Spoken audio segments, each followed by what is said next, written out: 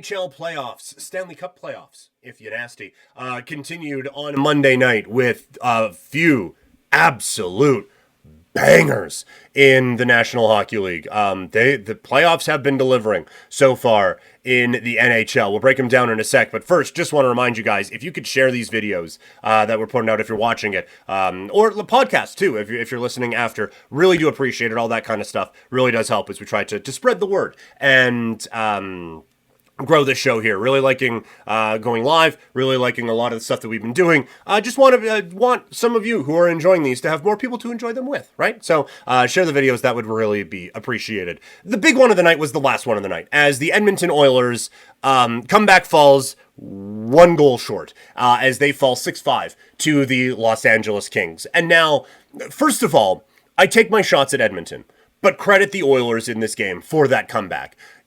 We will disparage it in a moment, but to come back in that sort of a way on the road in under those circumstances was excellent by them. So credit the Oilers, credit McDavid, because he was unbelievable in the comeback and in that game. But a lot of this comes down to what part of that game are you willing to buy? And I'm sorry. Like, the comebacks are cool. Comebacks are great. They're exciting and all of that. And maybe there's some momentum built on this from Edmonton's side. But I'm going to trust the part of the game that I saw when both teams had, like, the same score and were pushing in the same way. Not the one where one team was up by 4 and took their foot off the gas, and then the best player in the world got to be the best player in the world against a team that looked awfully similar to the one that Zane Parekh scored against a couple of nights ago. So while I do appreciate what it took for the Oilers to come back in this game, I am also not going to be sucked into thinking that, well, now they've got them right where they want them, because I do think score effects are a thing. And I think that the LA Kings, the control they showed to go up by 4 is a little bit more reminiscent of what I think this game actually was than the Oilers' frantic comeback at the end. So which one do I think is more repeatable? I think it's the Kings' control that's more repeatable than what the Oilers did in coming back in that game. I thought Kuzmenko was phenomenal on Monday night, and he has been such an important piece to the Oilers with the speed that he is able to show and the high-level skill that he can bring on the offensive side. We know he is limited defensively, but you put him with Kopitar and Kempe, and it kind of doesn't matter what he does defensively, because those guys are going to get the job done. And then, like that Kempe goal, I think it was the 4-0 one, where you just kind of see the high-level skill involved. Because Kopitar, like, when he retires, we're going to remember him as a guy who just won a lot. But I think a lot of people are going to remember the defensive side of things. He's a really talented offensive player as well. And you get Kempe rushing in for a chance. He is stopped. Kopitar wins the puck in the corner, slides it across, and Kuzmenko, the absolutely perfect one-touched, quick little, it's on my stick, it's off my stick, it's in the front of the net, it's in the net. That was just a high level of awareness and skill from Kuzmenko to get that puck quickly. Most guys would be well within their rights to, by the way, but most guys would take that for a second, one stick handle, and then in front, and you get a chance, and maybe it doesn't go in. But Kuzmenko knew exactly what he wanted to do with that puck the second it started traveling towards him, and it was just a quick boom and in the back of the net. Phenomenal high-level stuff from the Kings, and they get a second line going as well. Like, it makes this team dangerous now when you have that top line being able to be a shutdown line and also a high-level scoring one, with Fiala and Byfield also adding a bit of offense. Like, this team has turned into an offensive juggernaut in the back part of this season, and they still have the defensively responsible characteristics that got them to this point and got them home ice advantage here in the first round. Like, there was one stretch, and again, McDavid was brilliant in this game, but he has a stretch where he comes rushing down the right wing. And how many times have we seen this? He comes busting it down that right wing, cuts it into the middle, makes some kind of absurd move that you can't even do in the video game, and then bing, bang, boom, it's in the back of the net. But instead, he does that cut into the middle, and the Kings did such a great job of their defensive responsibility of just being able to push him up and push him up and push him up. So like they're not knocking him off. They're barely even slowing him down, really, but they're altering his course enough that he is now not in a high danger scoring area, they all are when you're him, but he's now being pushed just a little bit further away from the front of the net, gets that shot on goal, it's stopped because now Kemper has a little bit more room to be able to decipher what the best player on the planet is going to do, and he is able to make a save. It's just those little things that the Kings do that are very important. They pointed out on the broadcast how they were trying to slow him down a little bit as well in the neutral zone. There's very little slowing down of him you can do, but I thought the Kings did a good job with some of those details of just kind of forcing him up a little bit higher and a little bit further out of his comfort zone. I thought they were great. I thought the Kings played a great game, and then the Oilers make a big comeback. But again, one of those I'm willing to buy, and it's not the Oilers' frantic comeback in the third period. Just also one quick note. And I know, like, full disclosure, I'm a freelancer for Sportsnet on Sportsnet 960, but the freelancer agreement makes it almost insultingly clear that I'm not an employee. So I feel like I can say this stuff and it's okay. I don't like having the local guys calling the game. And that's not a knock, like, on Michaels and DeBrusk. I think that they bring a lot of energy, and I like, if Michaels was a national dude, that just zero wouldn't even bat an eye. It's like, yeah, no, that is a National Hockey League national broadcaster. Zero whatever. But it's two things. One, there is going to be a bit of an inherent bias there. And they weren't over the top with it, but we were 23 minutes into the hockey game. It was, I think, that 2 or 3-0 for the Kings. And they were already talking about, well, this Oilers group hasn't dressed together all season long. Like, this unit that they have playing right now, this is unique, and they've never done this before with the Oilers. And so this Kings unit, aside from a couple of moves, this Kings unit has played together all year, which you can poke holes in. McDavid and Hyman have played the last, 8 years together, which is exaggerating, but only a little bit. They have a couple of new pieces in the lineup. For sure they do. And maybe there's going to be a bit of a chemistry thing, and you would like to not dress a first-time lineup in the playoffs. I will grant you that. That's something you talk about when it's 4-1 in the third period, not 2-0 2 minutes into the second period. So that was just a little bit of we're kind of making excuses for the Oilers. And then on the 3-0 goal, when you listen to that compared to the 4-1 goal, there's a difference there, right? And so I understand that these are very good broadcasters. And I kind of understand why you do it, because for some of these games, you then get to save money on hotels and shit, right? So I do understand the aspect of it. And if I was a local dude, local makes it sound like whatever. But if I am their regional guy for 82 games, I would understand why you would then want to do the playoffs, right? Like that would be a cool thing to do, no doubt about it.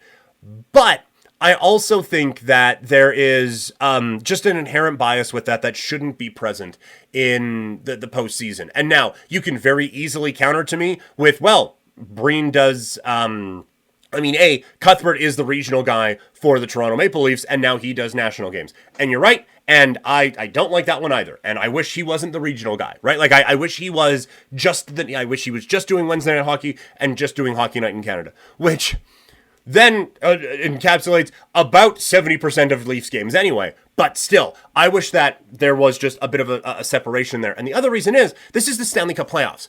It's not supposed to sound like the Oilers' regular season games, right? It's not supposed to sound like what you get to see in February when they're playing Columbus. This is supposed to be different. That this is supposed to sound like it is the playoffs, and it's supposed to look different, and it's supposed to feel different, and it doesn't. It sounds like every other Oilers game, and that irks me a little bit. And so, again, not taking a shred of anything away from the play-by-play guys who are doing that, right? And look, I'd be saying the same thing if it was Calgary, and I think Abbott's awesome. And I didn't like it when Rick Ball got to call Flames games, and Rick Ball, I think, is genuinely one of the top 2 or 3 play-by-play guys in the National Hockey League. And I was still like, this sounds like every Flames game, though, and I don't like it. So I just wish there was a bit more of a separation there between national broadcasts and regional broadcasts, but that has been a Sportsnet thing for forever, and I am sure it is a financial thing.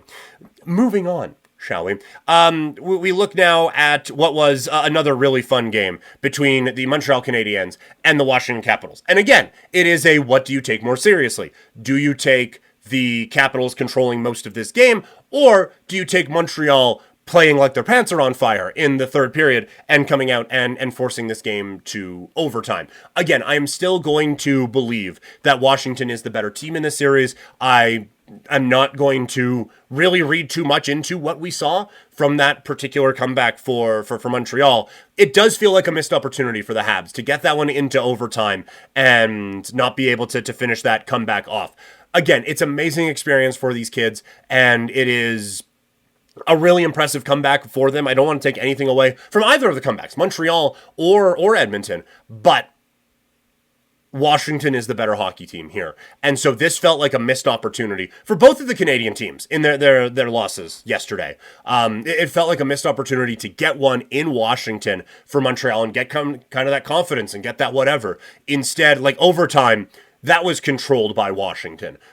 Dubois with a really strong play in the neutral zone, and I am not one to credit him a whole lot, but a really strong play in the neutral zone helped set up some opportunities. McMichael, a good back check, keeps those opportunities going. A bit of controversy on the icing with Patrick Laine getting knocked over, and did he or didn't he or whatever, but they get an offensive zone faceoff, does Washington, and then some excellent work from Beauvillier to get that puck, a perfect pass in front, and Alex Ovechkin does his best Bryce Harper and knocks it into the net, and the Washington Capitals escape with a victory. So again, for Washington, it's a bit of a wake-up. It is a lesson that this Montreal team is for real, regardless of when they clinched a playoff spot. They are certainly going to be a team that is going to battle, and is certainly going to be a team that is going to make you work for this one. But it was also, we are better than them. We got this win. Let's settle down and let's prove how much better we are going into game number 2. And for Montreal, it does feel like a bit of a missed opportunity, but a great learning experience for some of their young kids in that one. The Dallas Stars get a much needed win over the Colorado Avalanche as